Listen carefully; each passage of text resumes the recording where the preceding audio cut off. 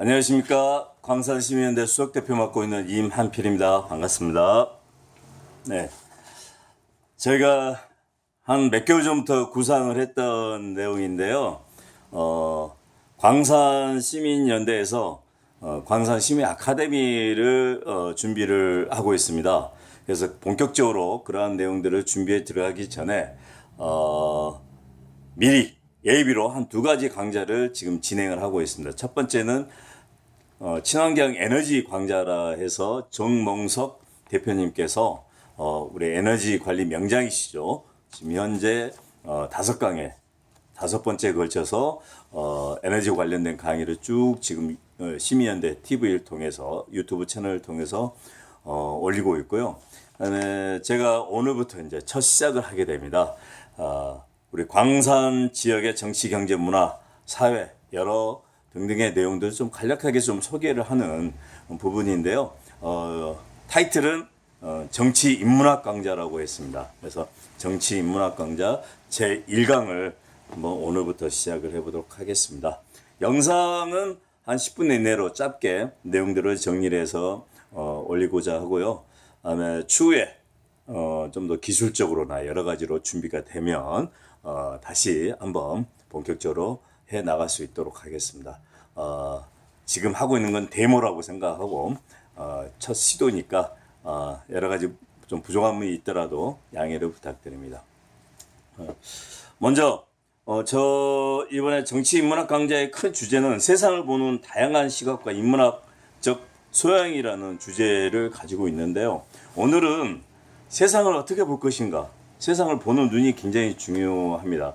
우리가 그걸 역사를 어떻게 볼 것인가 이런 얘기들 많이 하는데 중요한 건 관점이라든가 여러 시각들이 중요하겠죠. 하나의 사물을 보더라도 어떤 관점에서 그걸 이해하는가, 하나의 역사적 사건을 보더라도 그 사건을 어떻게 해석하고 어떻게 규명할 것인가, 이런 부분은 본인이 갖고 있는 철학적 사고와 그다음에 역사적 인식, 이런 부분들이 굉장히 중요하다고 생각을 합니다.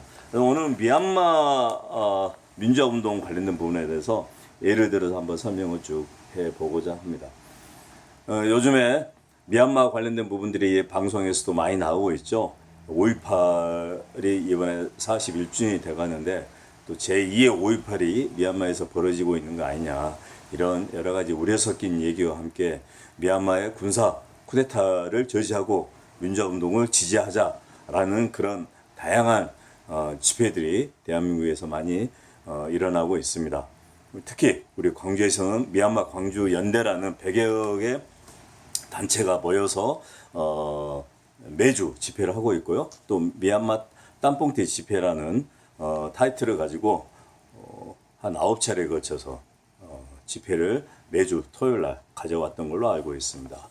어쨌든 미얀마는 우리에게 좀 생소한 나라죠. 주로 이제 버마 해가지고 1980년대 초반에 전두환 대통령이라고 얘기하지만 우리 광주에서는 대통령이라는 이름을 넣기에는 너무 민간인 학살이라는 게 이런 부분에 대한 범죄가 심각하기 때문에 대통령이라는 호칭을 하기에는 부끄럽습니다. 그래서 어쨌든 전두환이 당시 버마를 방문했을 때 많은 내각 관료들이 죽게 되죠. 그런 사건으로 유명한 곳인데 미얀마는 실은 지금 우리 한국에 있는 민주적 제도라든가 이런 거하고 좀 많이 다른 부분이 있습니다. 미얀마 같은 경우에는 민주의회, 그러니까 국민들이 선출해서 만든 의회가 하나가 있고 그다음에 군인들을 위한 의회가 따로 있습니다. 이 두 개가 함께 가동이 됩니다. 그래서 투표를 해서 뽑았다 해서 미얀마가 예서 아웅산 수지 여사가 이끌었던 NLD라든가 이런 데서 선거에서 승리를 하더라도 절반의 승리입니다.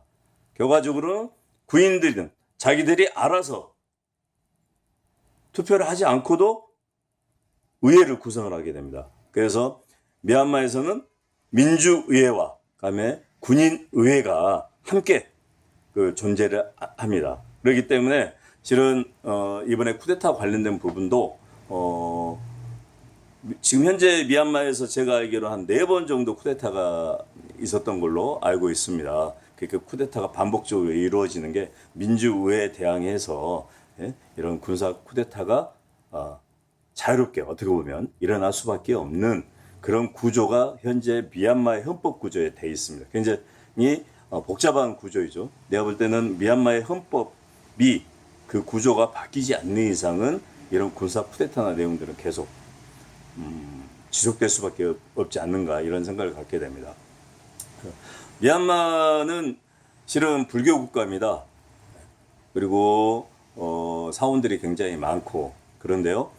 미얀마에서 우리 한국으로 와서 일을 하고 계시는 분들 또 공부를 하고 계신 분들 최근에 국회에서 많이 만나봤는데 지금 3만 5천 명 정도가 우리 한국에 있대요. 그래서 유학생도 있고 노동자도 있고 그러는데 미얀마 민주화를 위해서 한 20년 전부터 단체가 꾸려져서 활동을 하고 있습니다. 근데 최근에 2월 1일 날 훌라잉 최고 사령관이라고 하죠. 그 군사 쿠데타가 2월 1일 날 발생이 되면서 그 이후에 미얀마 민주화를 위한 단체가 한 20여 개의 단체가 생겨났더라고요. 그래서 다양하게 목소리를 내고 있는데 미얀마는 기본적으로 우리가 바라봐야 되는 게 지금 최근에 신문에서 반군의 입단 패배, 탈령도 늘어 가지고 미얀마군 궁지에 몰리고 있다라는 기사가 이렇게 실렸습니다. 그래서 저희가 광주를 생각하면 5월 18일부터 5월 27일까지 실은 광주에서 많은 사람들이 죽게 되고 또 전두환 군사 세력에 의해서 어떻게 보면 민간인 학살이라고 할 수 있겠죠. 그 정도면 거의 학살 수준으로 제노사이드 수준으로 죽음을 당하게 되는 일들이 있었는데 결과적으로는 실은 윤상원 열사나 많은 분들이 죽음을 각오하고 싸웠고 그다음에 실적으로 죽음을 당하게 되고 그랬지만 5.18이 승리한 혁명인가라는 부분에서는 다른 여러 얘기가 될 수가 있겠죠. 어떻게 보면 미안의 혁명이라고 얘기를 할 수 있을 거라 생각이 됩니다. 실은 4.19도 마찬가지고 그다음에 6월 항쟁 같은 경우에도 결과적으로는 6.29 선언을 이끌어냈지만 국민들이 대통령 선거를 직접 투표를 통해서 이루어내자라는 게 관철이 됐지만 결과적으로는 12월 선거에서 노태우가 당선이 되는 이런 아이러니한 현상들이 벌어지게 됐죠. 그래서 결국 혁명이라는 것은 완성된 채로 갈 수도 있지만 항상 미완의 내용으로 갈 수밖에 없습니다. 그래서 미얀마 같은 경우에도 광주를 예로 들어서 이렇게 많은 사람들이 희생되고 군사 쿠데타에 의해서 군인들이 물러나지 않고 그대로 가는 거 아니냐 이런 우려를 많이 합니다. 그리고 시민들이 많이 죽고 있고 그러기 때문에 지금 현재 800명 이상이 죽고 있다고 그랬죠. 그래서 이런 보도를 보면 실질적으로 미얀마 관련된 부분은 내전으로 가는 거에서 우려하는 분들이 계시는데 네 번의 쿠데타를 지금 겪고 있고 그런 상황에서 결과적으로는 종식을 시키지 않으면 안 됩니다. 그러니까 미얀마에서 그런 제도와 내용들이 변화를 갈 수 있는 시민들의 권력을 실질적으로 의회에 구성할 수 있는 그런 제도가 바뀌어야 됩니다. 바뀌려면 결과적으로는 혁명을 하지 않으면 안 되는 거죠. 지금의 시민들의 시위와 그다음에 주장이 또 민주화 운동이 반드시 승리를 해야 됩니다. 그래야만 다음에 또 다른 희생을 겪지 않게 되는 거죠. 그래서 그런 면에서 보면 지금 이런 신문 기사나 내용들을 보더라도 미얀마의 내전 양상이라든가 집회라든가 시위라든가 이런 부분에 대해서 많은 사람들이 죽고는 있지만 승리할 가능성이 굉장히 크다는 걸 많이 얘기하고 있습니다. 근데 실제로는 언론에 그런 내용들이 많이 보도가 안 되고 있죠. 그래서 저희가 국회에서 최근에 미얀마 군사 쿠데타 저지 및 민주화운동 지지를 위한 국회 간담회 행사를 5월 11일 날 진행을 했습니다. 이 행사에는 소위 미얀마 NUG라고 하죠. 어떤 데는 국가 통합정부라고 하고 어떤 데에서는 민족 통합정부라고 얘기를 하는데 NUG에 있는 애무장관이라든가 그다음에 인권부 장관 그리고 여성청소년부 차관하고 현지하고 직접 연결해서 그분들의 얘기를 많이 들었습니다. 그리고 여러분들 아시는지 모르겠지만 띠자산이라는 미얀마 당시 우리로 얘기하면 청년 지도자라고 얘기할 수 있겠죠. 2월 1일 날 군사 쿠데타 때 실제로 체포도 되고 지금은 이제 수배당하고 있는 그런 상황인데 그 띠자산의 얘기를 들어보면 상당히 미얀마의 지금 현재 상황에 대해서 긍정적으로 보고 있습니다. 많은 시민들이 죽고는 있지만 내전을 통해서 또 시민들의 민주화 운동의 열의와 또 적극적으로 참여하고 있는 걸 보고 승리할 가능성이 대단히 크다라고 지금 얘기를 하고 있고, 그다음에 현지의 군인들이 불만이 많습니다. 여러 가지 처우 문제라든가 또 시민을 탄압하는 부분이라든가 실질적으로 군인들의 그 집단에서 탄력을 하는 일들이 많이 벌어지고 있고 현지에서는 그런 분들이 굉장히 많이 나타나고 있다고 합니다. 그렇기 때문에 군사 쿠데타 세력이 좀 와해가 되고 그리고 시민들의 적극적인 투쟁의 열기가 끊기지 않는다면 미얀마는 어떻게 보면 1980년 5월 27일 도총이 군인들에 의해서 진압을 당했던 그 역사하고는 반대로 미얀마에서는 시민들이 승리를 해내는 그런 미얀마의 민주화 운동의 열기와 전망들을 예측할 수 있다라고 생각이 듭니다. 소모뚜 위원장이라든가 그다음에 한국에 있는 조모아 대표라든가 앤리 이름이 좀 복잡합니다. 잠깐 볼까요?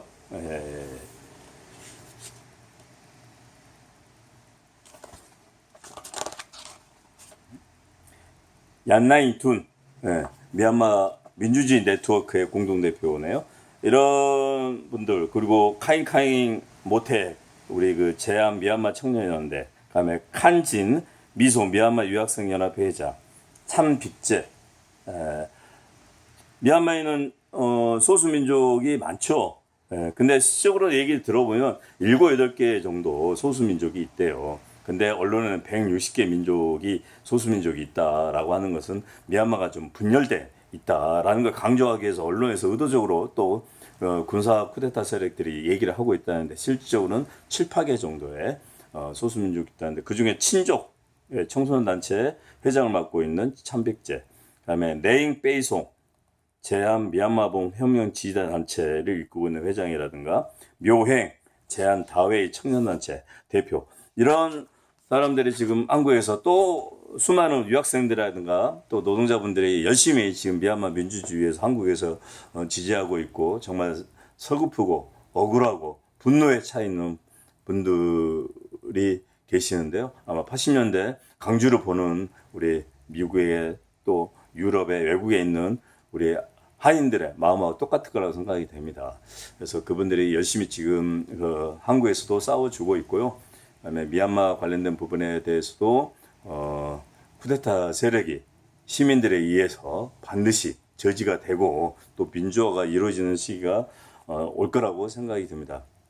미얀마 민주화 운동에 대해서 몇 가지만 잠깐 말씀드리면 지금 미얀마 쪽에서는 첫 번째 난민들이 지금 많이 생기고 있습니다. 특히 태국 쪽 국경 쪽에. 그래서 그런 난민들이 제대로 좀 생활할 수 있게 의료 물자라든가 이런 물자들을 제공해 주길 바라고 있고요. 그 다음에 실은 이제 쉽지 않는 일이지만 중국과 러시아에서 지금 반대를 하고 있는데 유엔의 평화유지군을 보내주길 또 바라고 있어요.